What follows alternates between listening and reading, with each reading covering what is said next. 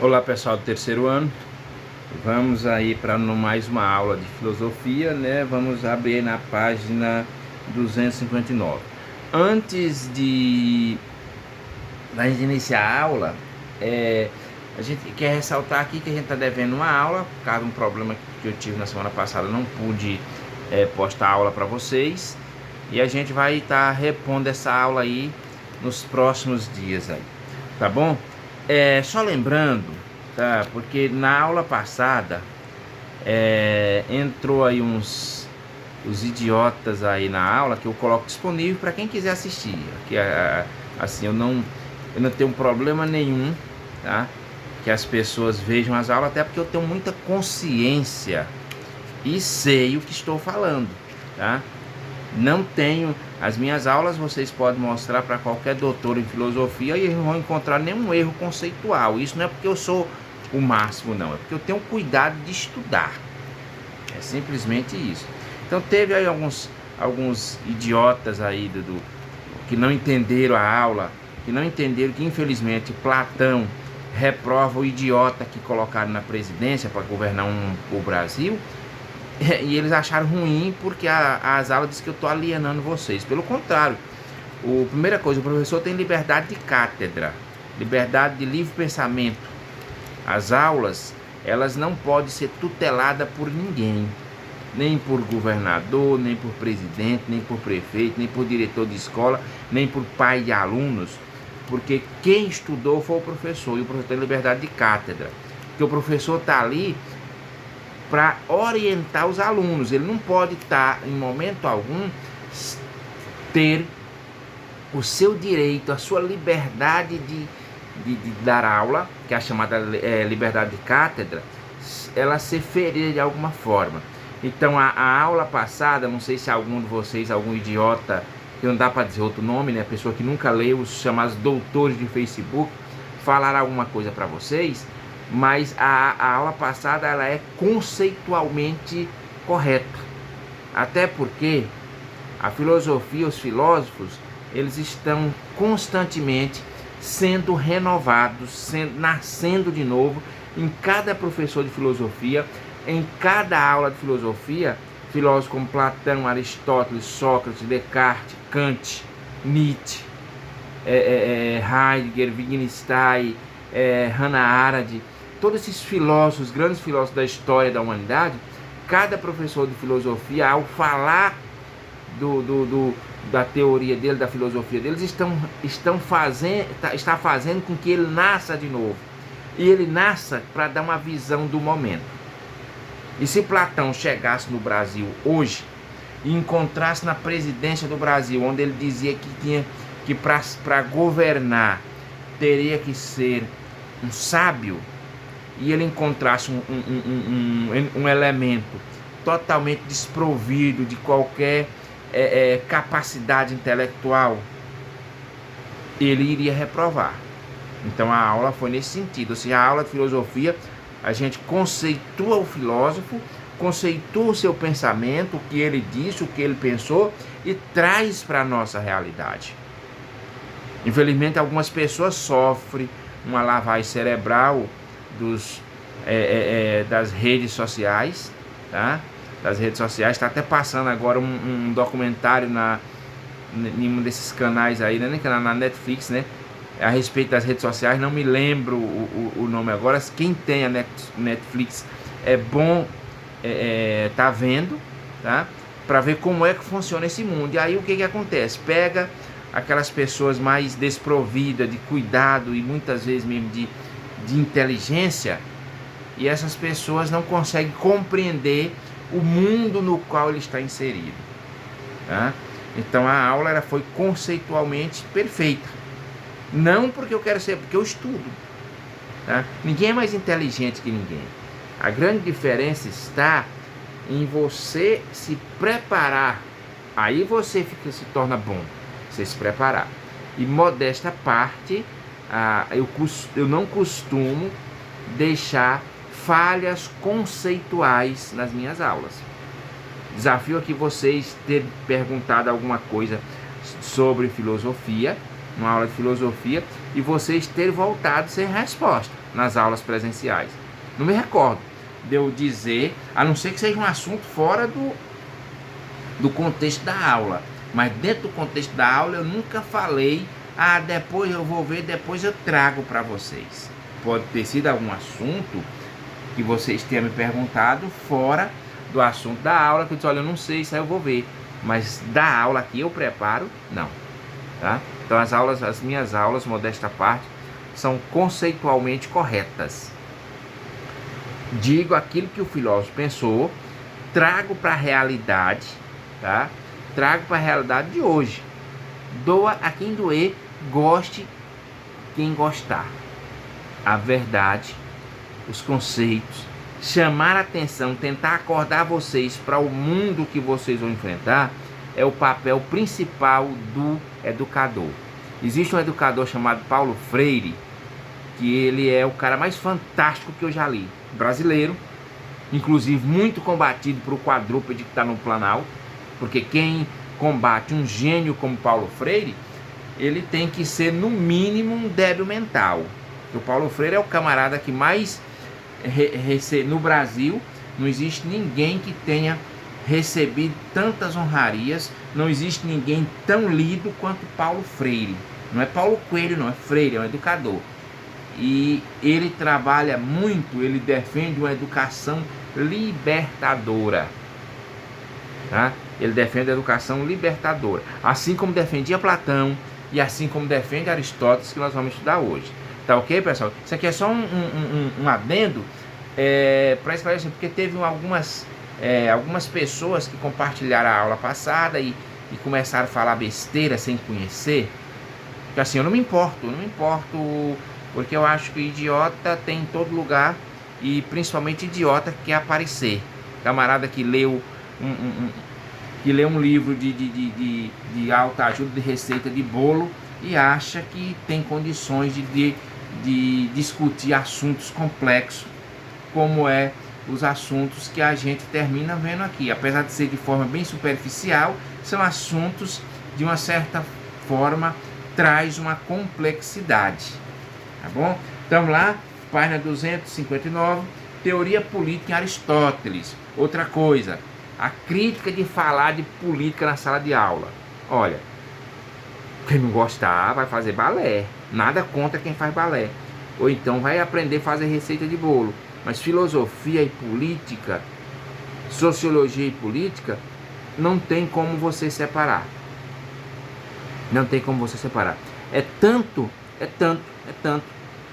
que políticos ruins, como o atual presidente que nós temos aí, que quer enganar o povo, que quer alienar o povo, uma das primeiras coisas que tenta fazer é exatamente calar professor de filosofia, calar professor de sociologia e calar alguns professores de história que não são alienados. Tá? Que, infelizmente, uma grande parte dos professores de história são alienados, fala aquela história, mas em momento algum pega aquele assunto e traz para a realidade e mostra na prática para vocês conseguirem perceber o que está acontecendo no dia a dia. Tá bom, pessoal? Então vamos lá, vamos pegar aí e falar um pouquinho de Aristóteles aí ainda.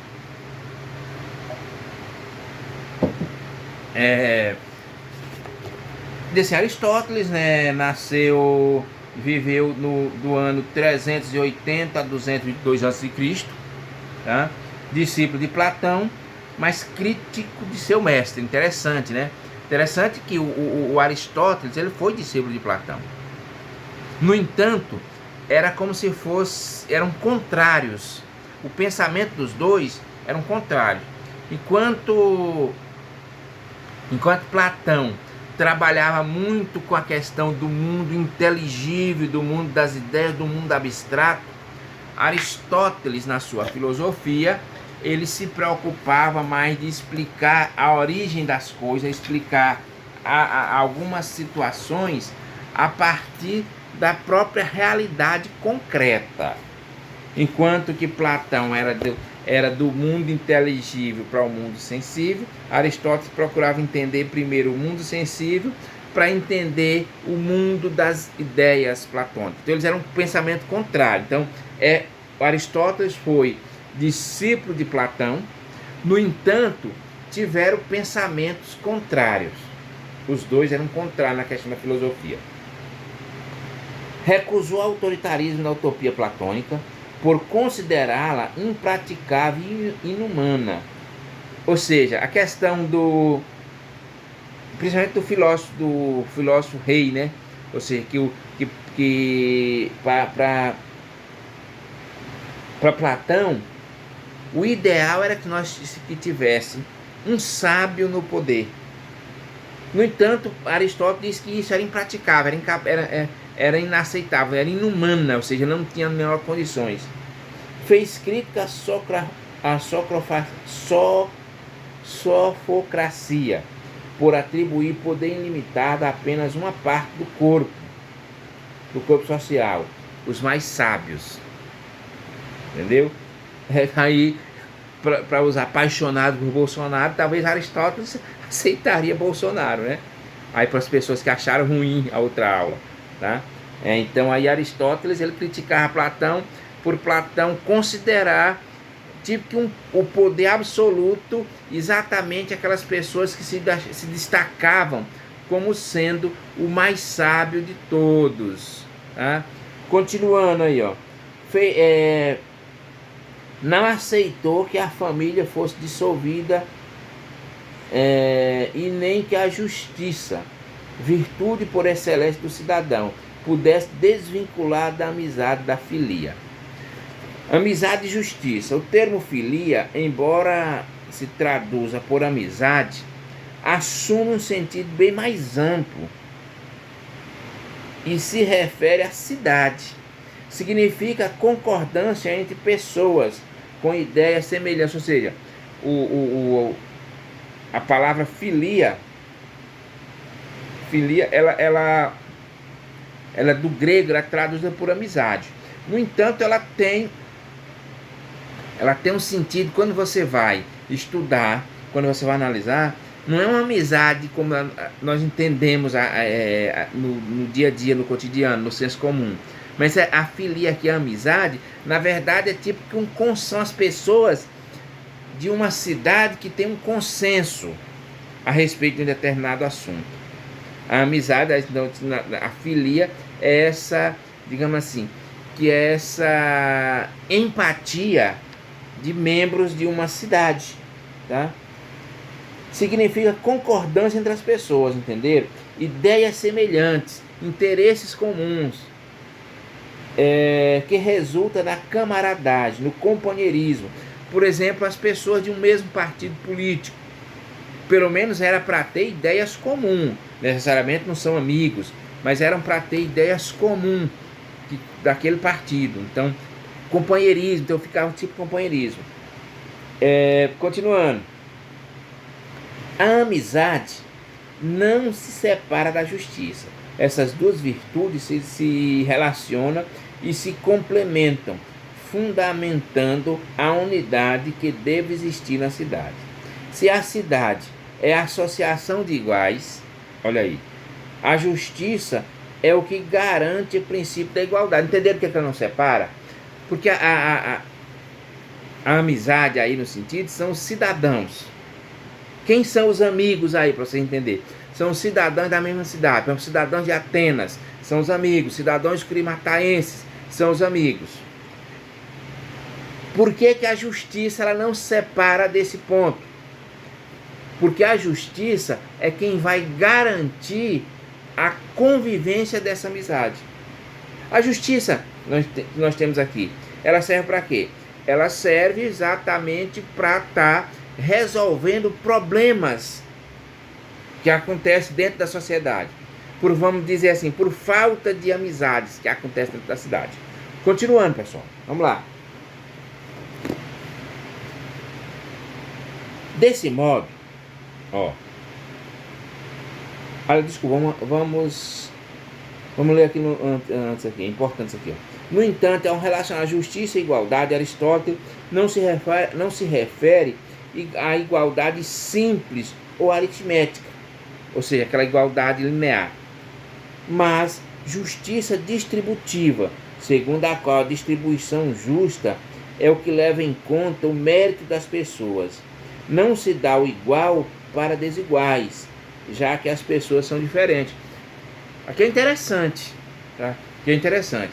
É um conceito de democracia, tá? Que ainda hoje está presente na nossa sociedade, tá? Conceito de democracia que está presente na nossa sociedade. Pessoal, então o que nós temos nesse conceito de democracia? Seria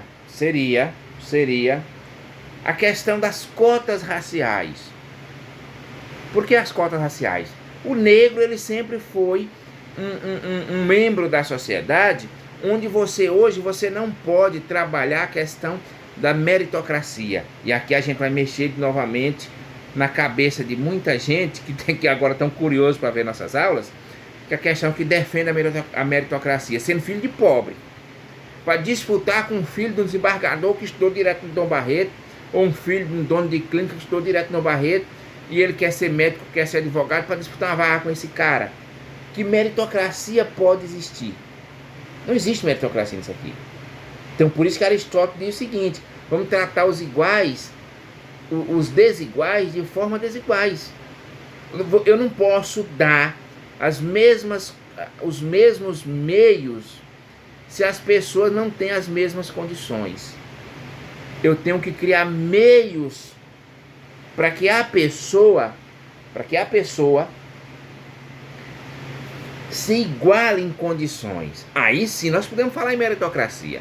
Mas enquanto o aluno estuda no complexo Valdeci Rodrigues de Albuquerque e vocês estudam no Desembargador Amaral, que são escolas aqui da nossa cidade, onde há um abismo, isso aqui é fato, não adianta as pessoas gritar, não adianta as pessoas berrarem, não adianta as pessoas falar A, B, C, que é um fato.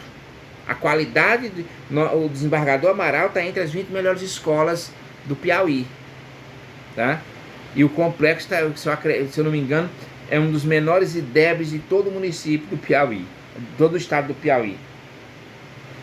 E, consequentemente, também do município de Curimatá. Então, como é que o aluno é vítima? O aluno é vítima.